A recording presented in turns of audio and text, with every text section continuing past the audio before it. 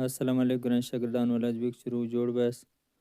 راځو د نن سبق ته. د نن سبق چې دی هغه بیا هم د انګریزي سپیکینګ دپاره ډېرې ښې بنیادي جملې دي چې د دې په زده کولو سره به ستاسو انګریزي سپیکینګ نور هم مثبته سي. دا ډېر بنیادي خو ډېرې ضروري جملې دي، ځکه دا په انګریزي سپیکینګ کې یا په ورځنیو خبرو کې ډېرې زیاتې استعمالیږي. د هر انګریزي سټوډنټ یا زده کوونکي دا خوښ شي چې انګریزي سپیکینګ زده کړي، حالانکه ګرامر یې ویلی، سکول یې ویلی، خو انګریزي سپیکینګ نشي کولی. نو دغه جملې که موږ وایو زده کوو بیا به زموږ انګریزي سپیکینګ ډېر زیات مثبت وي. راځئ ویډیو د پای راسره وګورئ، په دې کې به تاسو ډېرې ښې جملې زده کړئ. اوله جمله ده The tea has got cold. The tea has got cold. چای وې یخې سوي، چای وې سړې سوي. It has got dark. It has got dark. تیاره سوه، تاریکه سوه. The water has got hot. The water has got hot. اوبه تودې سوې. I have got slim. I have got slim. زه ډنګر سوی یم.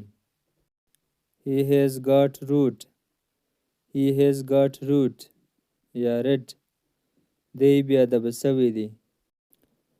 The food has been cooked. The food has been cooked. خواړه پخ سوي. The rooms have been cleaned. The rooms have been cleaned.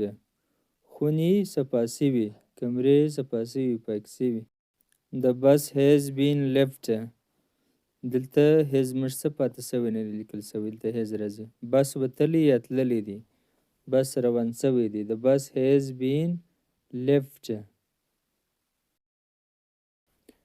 The patient has been cured. The patient has been cured. د ناروغ علاج سوی، ناروغ جوړ سوی، مریض جوړ سوی. The food has been eaten. The food has been eaten. ډوډۍ خوړل سوې. The clothes have been washed. The clothes have been washed. کالي پرېمینځل سوي، کالي پرېولل سول. نو ګرانو شاګردانو د جملو دوه ډوله دي، یو دی ساده جملې دي، ګرامر نه غواړي، یو ګرامر والا جملې دي.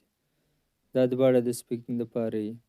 نو دا دواړه زده کول چې دي هغه لازمي دي. نو که تاسو غواړئ چې دواړې زده کړئ، دا دواړه په جملې، دواړه ډوله جملې زموږ پر چینل باندې شته.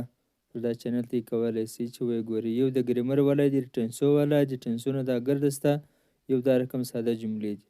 مننه، الله حافظ.